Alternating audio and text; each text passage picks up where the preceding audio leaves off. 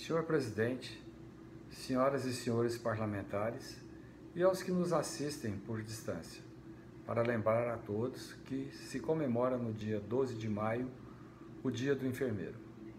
Como médico e cirurgião pediátrico há 39 anos, não poderia deixar de ressaltar a importância do trabalho dessa categoria no suporte ao meu trabalho, principalmente no cuidado aos nossos pacientes no pós-operatório. Seu belo, corajoso e duro trabalho nos enche de orgulho e merece ser destacado como imprescindível em meio a esta pandemia. Há 140 anos, essa história se iniciou no Brasil, com a primeira enfermeira formada no nosso país, a heróica Ana Nery. E hoje na Câmara felicito a nossa colega e ilustre deputada Carmen Zanotto, que é enfermeira e conhece perfeitamente os percalços da profissão e de todos esses profissionais que lutam bravamente nesse momento que tanto precisamos.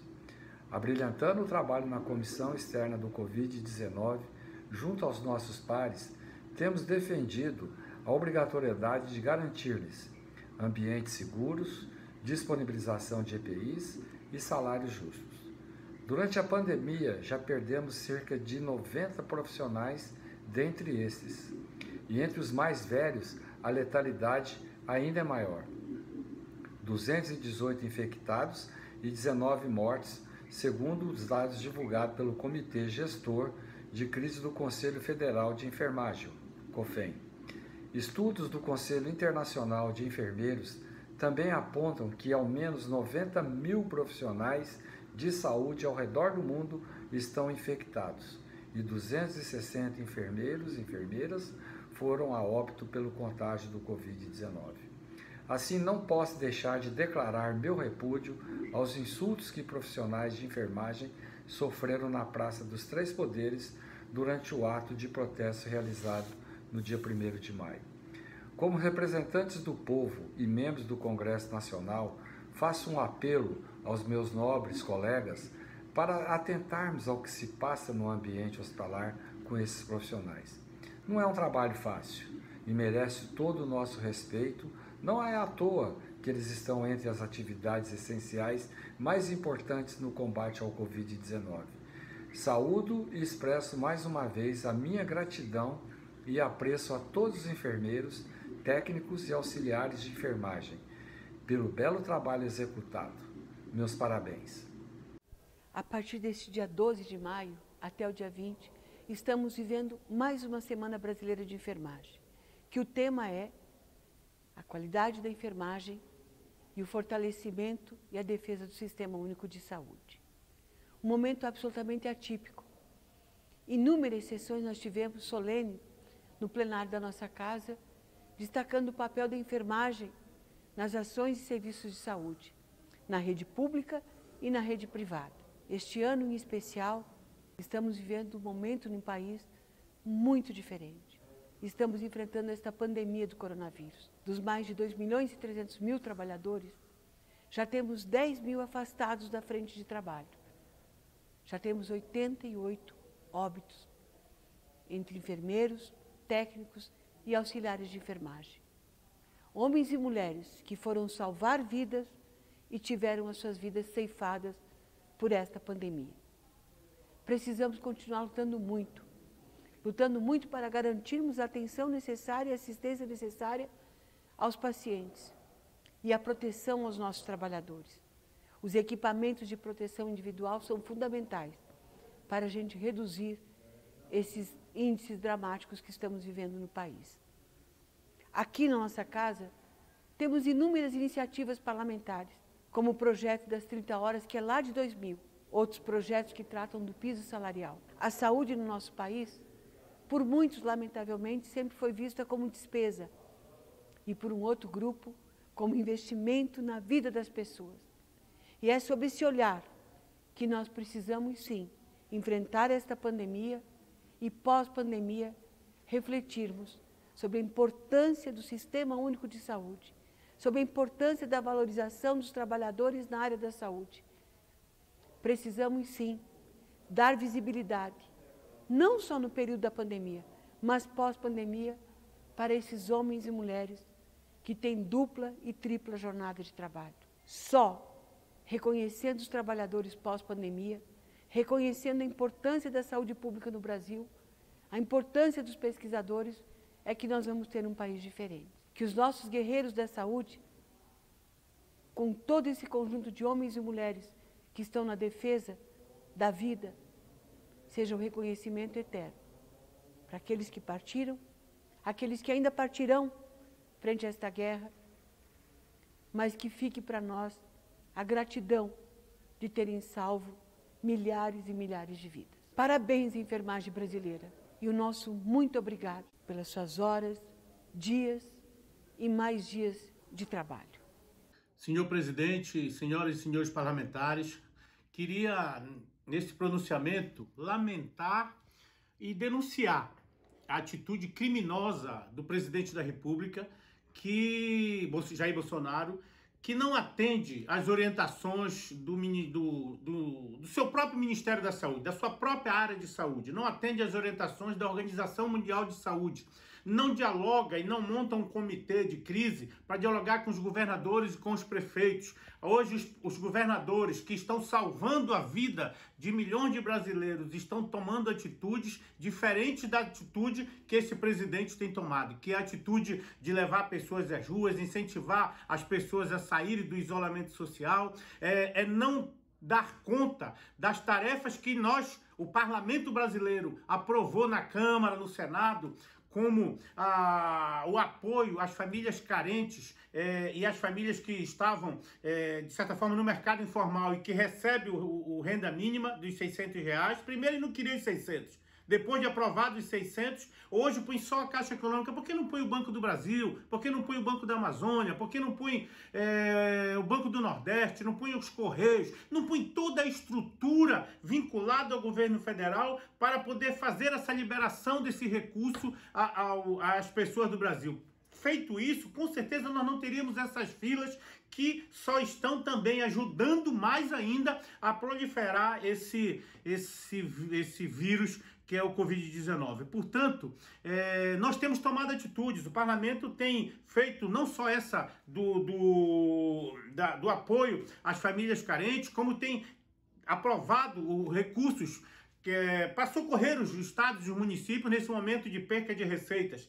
O país pode e deve fazer, sem estar dialogando se é um BIA mais, se é um BIA menos. Nós temos que decidir agora e incentivar os municípios, socorrer aos estados, para que eles possam levar esses recursos à população. Então, o parlamento tem feito e cumprido o seu papel, mas, infelizmente, o presidente da República, na contramão da história, na contramão das orientações que salvam as vidas, às vezes ainda chama para churrasco, para poder comemorar. Comemorar o quê? Mais de 10 mil mortos no Brasil? Então, não é possível a gente admitir isso. Portanto, o nosso partido, o PT, tem cumprido um papel. Aqui no Estado, quero parabenizar o governo do nosso Estado, o governo Helder Barbalho, que tem tomado todas as atitudes no sentido da precaução, no sentido do isolamento social, agora com essa medida de lockdown nos municípios.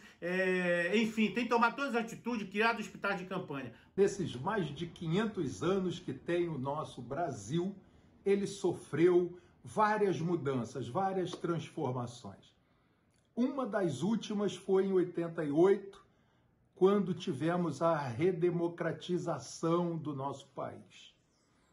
Em 1930 já havíamos tido a primeira, e depois tivemos de redemocratizar em 88. E hoje, depois de mais de 30 anos de democracia, o nosso país está passando por mais uma grande transformação por causa do coronavírus. Só que isso não acontece sem leis, sem ordens. E nessa transformação histórica do nosso país, eu estou tendo a oportunidade, como deputado federal, você que me elegeu, de representá-lo, de participar dessa história do nosso país. E eu gostaria de deixar aqui um recado. O Congresso tem trabalhado como nunca Mesmo na pandemia, nós ficamos em casa trabalhando 8, 10, 12 horas por dia e aprovamos mais de 20 projetos para ajudar neste problema sério do nosso país, da pandemia. Por isso, eu quero deixar um recado para você, pelo menos um, você carioca. Nós aprovamos agora há pouco uma das mais recentes leis, foi um plano federal para socorro aos estados e municípios devido à pandemia. E neste plano, o estado do Rio de Janeiro recebeu mais de 2 bilhões de reais e o município do Rio de Janeiro, com o nosso prefeito Crivella, mais de 1,360 bilhões de reais. É resultado do nosso trabalho lá na Câmara Federal. Acredite na gente, nós estamos trabalhando por você, pelo país, e nós temos certeza absoluta, o nosso Brasil vai sair muito melhor. Estamos ajudando ao governo do nosso presidente Jair Bolsonaro. Independente da gente gostar ou não gostar, defender ou não defender, é o nosso país e nós precisamos e o povo tem de receber. E eu, Jorge Braz, como deputado federal, pelo Republicanos, estamos tendo essa grande oportunidade de participar e de podermos ajudar a todos vocês. Acredite na gente, nós continuamos firmes, porque com a gente, assim como você que entende, o jogo é a Vera. Nós vamos vencer. Parabéns, Brasil, parabéns, Rio de Janeiro. Senhor presidente, prezados colegas, estimado povo brasileiro, hoje venho me manifestar nesta tribuna para falarmos em nome da coordenação da Frente Parlamentar da Agricultura Familiar. Em meu nome, também em nome dos colegas deputados que integram essa comissão, deputado Wilson da Fetaeng, deputado Carlos Veras, que coordenamos esse trabalho dentro do Parlamento. A Câmara e o Senado, em 2 oportunidades, votaram e aprovaram de forma unânime a inclusão dos agricultores familiares no crédito emergencial de R$600, contemplando essas famílias que não têm carteira assinada, que não têm férias, que não têm 13º, mas têm a esperança de plantar e produzir o alimento que vai à mesa dos brasileiros e brasileiras em todas as cidades, de qualquer tamanho. Esta gente precisa também receber os R$600. O presidente ainda não sancionou. Nós estamos muito preocupados. E nós queremos apelar aqui a todas as vozes do parlamento que nos ajudem a fazer esse convencimento do ministro Paulo Guedes, da equipe econômica, do presidente da República. Presidente, assina, sanciona, inclui essa categoria tão importante e tão sofrida, em especial aqui no Rio Grande do Sul por causa da seca e também por causa da pandemia no Brasil inteiro, para que possamos também contemplar esse público tão importante para o desenvolvimento do Brasil. Faço esse apelo aos colegas líderes, ao presidente do Parlamento, ao presidente da Câmara, que nos ajudem a fazer com que se tenha essa tranquilidade e se possa alcançar também esses R$600 para essa classe tão importante, tão sofrida e que tanto precisa, que é a agricultura familiar. Muito obrigado. A bancada do Cidadania, que tenho a honra de liderar na Câmara, apresentou um projeto, prorrogar a renda básica emergencial. Todos nós sabemos do efeito que esta renda está tendo. A proposta original do governo era R$200. Nós discutimos e a Câmara votou, fomos além, R$600. As pessoas que são atendidas são pessoas que efetivamente precisam. E, infelizmente, as pessoas que precisam vão continuar precisando. O desemprego tem aumentado. E essa renda faz toda a diferença. Além de fazer diferença para as pessoas, ajuda no próprio desenvolvimento da economia, consumo, ativa a economia neste momento que nós estamos precisando. Proposta do Cidadania, estender a vigência da renda básica emergencial, para que as pessoas possam continuar a serem apoiadas neste momento tão importante. Senhor presidente, senhoras e senhores deputados, eu gostaria de iniciar o meu pronunciamento dizendo do grande desafio que estamos enfrentando. Esta geração e talvez as próximas dificilmente enfrentarão um desafio como esse. Momento que exige equilíbrio, seriedade e responsabilidade por parte daqueles que governam a nação governa o Estado e também os seus municípios. Momento em que esta casa tem sabido enfrentar com ações concretas na liberação de recursos, na decretação de estado de calamidade, enfim, tudo aquilo que tem chegado a esta casa para ser realizado, para melhorar o combate a esta epidemia ou pandemia, tem sido feito pelo Parlamento brasileiro. Eu quero aqui dizer que nós estamos apoiando integralmente, orando e agindo também por aqueles que estão na linha de frente no combate a esta pandemia.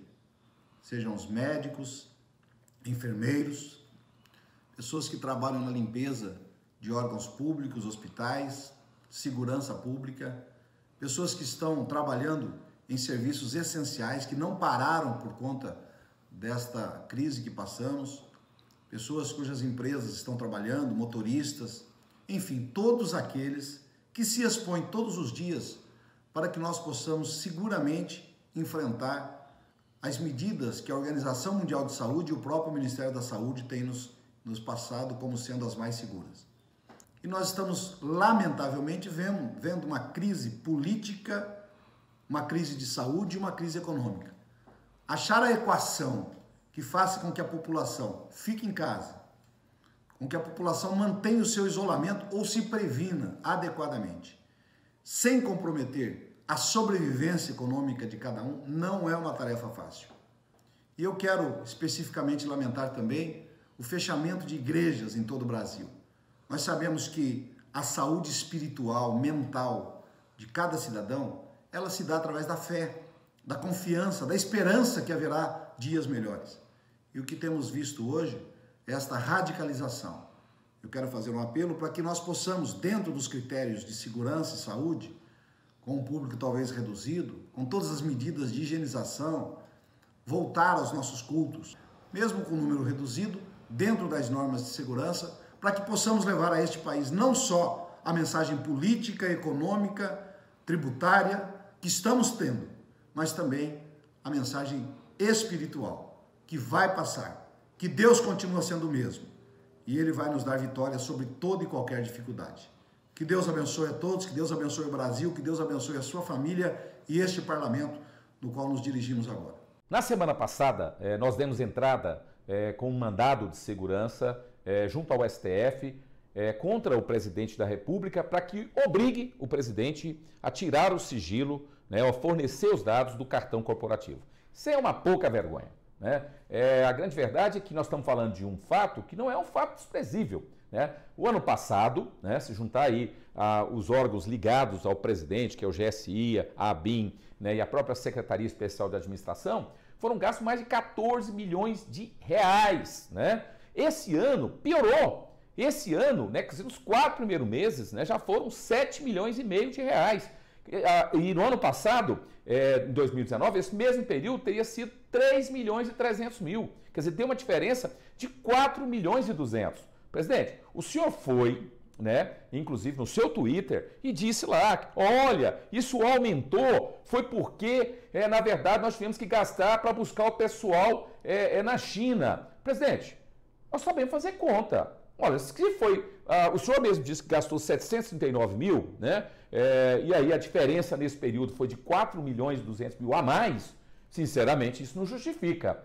O senhor tem obrigação de trazer a transparência para esses dados. Aliás, o senhor, na verdade, fazia crítica ao Lula, à Dilma, ao Temer, e na nossa opinião era forma de falar correta, porque nenhum presidente está acima da lei. Agora, o senhor, quando chega ao poder, muda sua opinião, muda seu comportamento, é só quando o senhor era de oposição que o senhor tinha esse discurso. Sinceramente, não dá para aceitar esse tipo de posição. O senhor tem a obrigação de mostrar isso para a sociedade. Esse dinheiro é público. A sociedade tem direito de saber. Nós não podemos aceitar de forma alguma que um dinheirão desse seja gasto, e o senhor gosta de mostrar para a sociedade que o senhor é um homem simples, que gosta de comer pão com leite condensado, que gosta de comer miojo. Sinceramente, presidente, olha, a grande verdade é que fica difícil acreditar, o senhor gastando esse dinheirão, o senhor está comprando pão com leite condensado e miojo. Sinceramente, talvez o senhor esteja com medo né, de demonstrar para a sociedade como realmente o senhor vive, né, às custas do poder público, às custas do dinheiro da sociedade, inclusive em plena pandemia, o senhor gastando mais do que deveria, né? Então, nós estamos aqui fazendo um desafio ao senhor. O senhor não espera a decisão da justiça não, presidente Bolsonaro. O senhor faça o favor de dar transparência aos seus atos. Mostre para a sociedade como o senhor está gastando cartão corporativo. Assim como os deputados, quando, na verdade, gastam aqui na sua cota parlamentar, é obrigado a disponibilizar de forma pública como gasta. Então é isso que nós estamos aí solicitando, desafiando o senhor para que faça aí uma atitude de transparência acima de tudo. Meus amigos, a democracia é a conjunção da vontade popular com a organização dos três poderes. Poderes que devem funcionar como a própria Constituição brasileira manda, de forma independente e harmônica. Nós estamos lutando para que isto seja verdade. Não está fácil.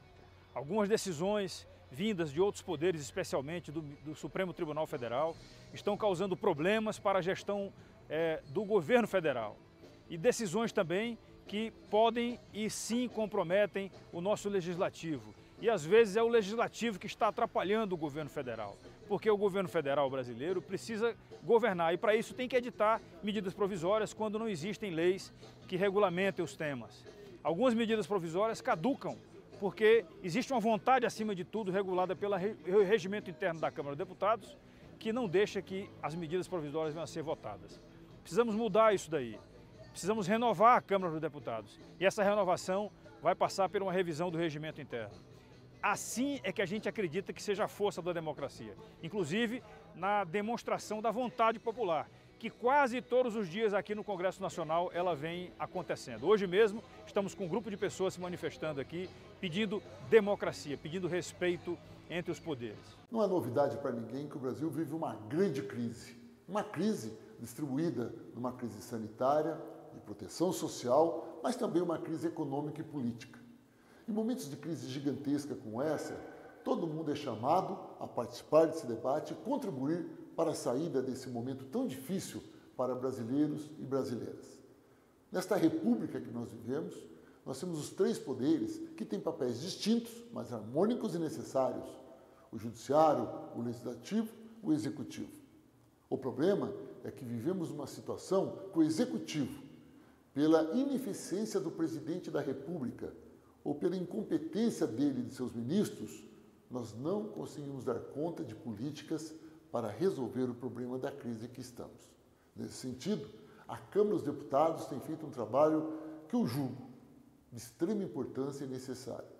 Embora o Parlamento, e como diz o nome, parla, ele discute, ele reflete a economia, a sociedade, a saúde, ou, em suma, discute tudo dentro daquele local. Nesse momento, há uma convergência muito grande em aprovar projetos, aprovar decretos ou até emendas à Constituição que estejam voltados ao enfrentamento dessa crise, de forma muito mais dinâmica que o próprio presidente da República.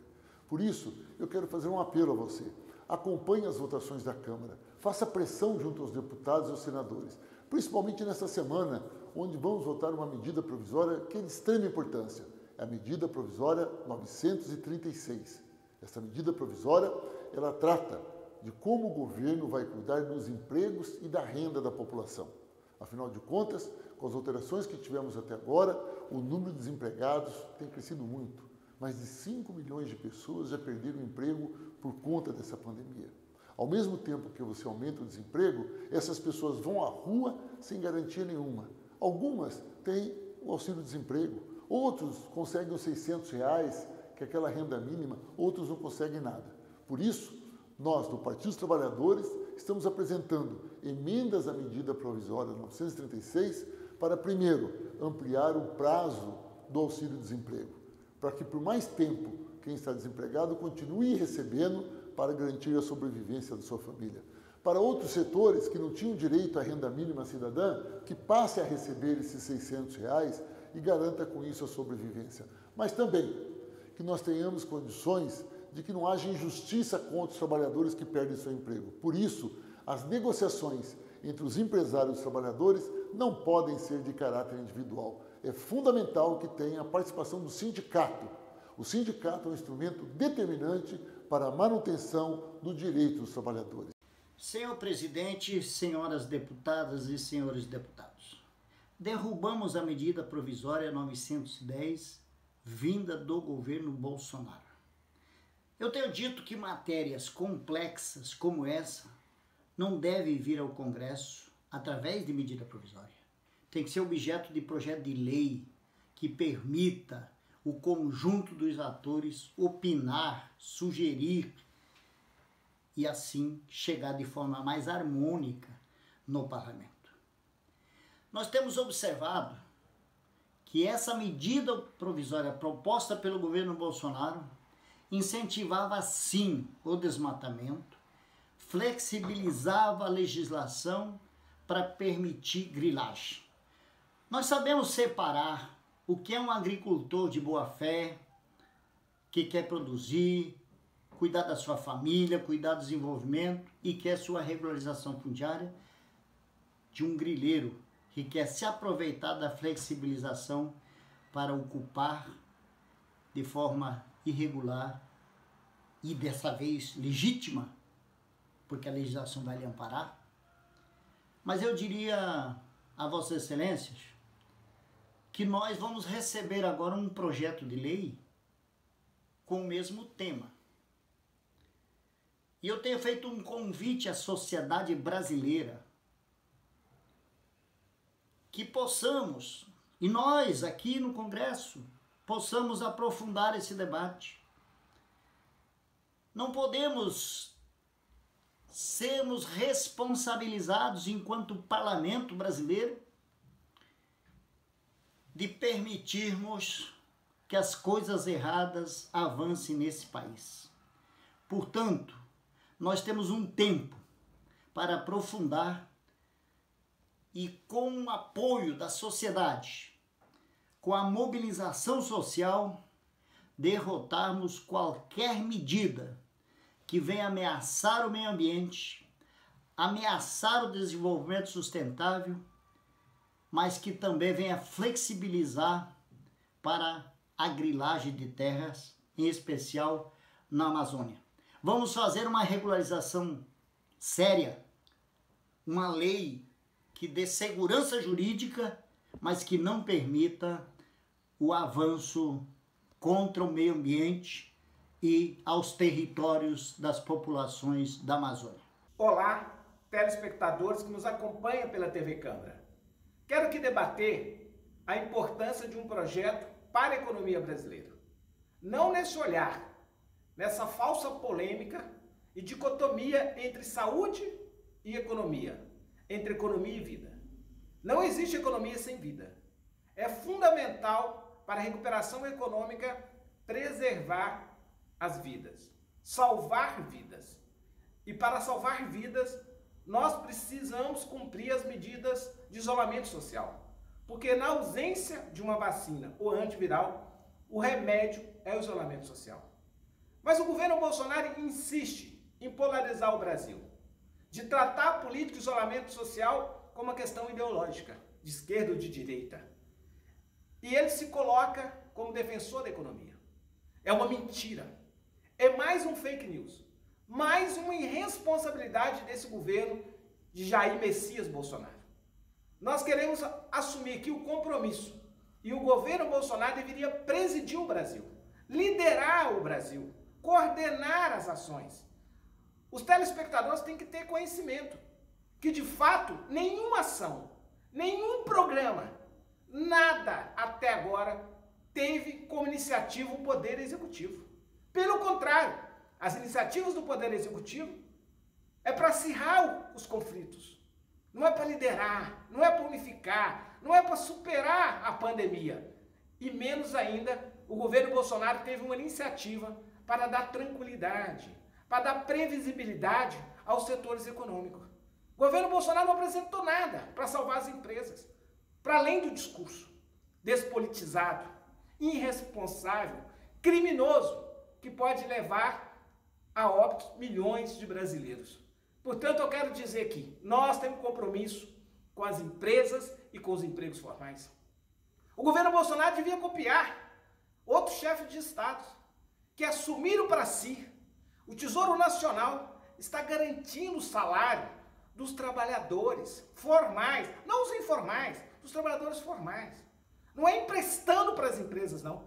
O governo federal, o Tesouro Nacional, ele paga o salário dos trabalhadores formais.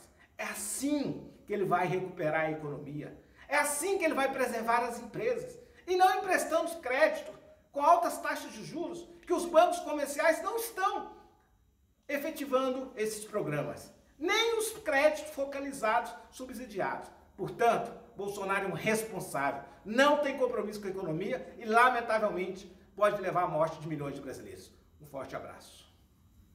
Senhor presidente, senhoras e senhores deputados, o vídeo da reunião ministerial do dia 22 de abril contém a prova de que Bolsonaro queria mudar a chefia da Polícia Federal do Rio de Janeiro por interesse pessoal.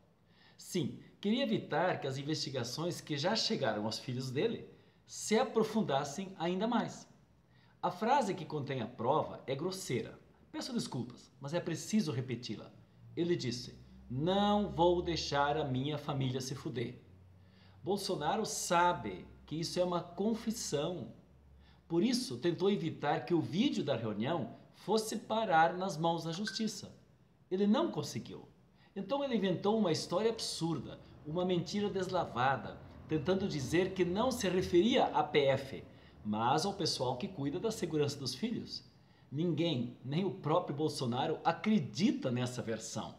Aliás, o general Ramos, em seu depoimento à polícia, confirmou que o presidente se referia à Polícia Federal quando disse essa barbaridade. De certo, nem o ministro Celso de Mello, nem o procurador Aras, homens inteligentes, se deixarão ser logrados por essa versão mentirosa. O fato é que a tal reunião expôs as vísceras de um governo podre e mostrou que Bolsonaro não tem nenhuma condição moral. Não é possível que ele tente usar o cargo de presidente para esconder a verdade do povo. E não é só neste caso. Temos direito de saber, por exemplo, onde, como e no que Bolsonaro gastou 1 milhão por mês no cartão corporativo. É direito nosso saber se o presidente, que vive fazendo aglomerações, testou ou não positivo para o coronavírus. A gente sabe. Quem tenta esconder a verdade é porque tem culpa no cartório. E culpados não podem presidir o Brasil. Fora já, Bolsonaro.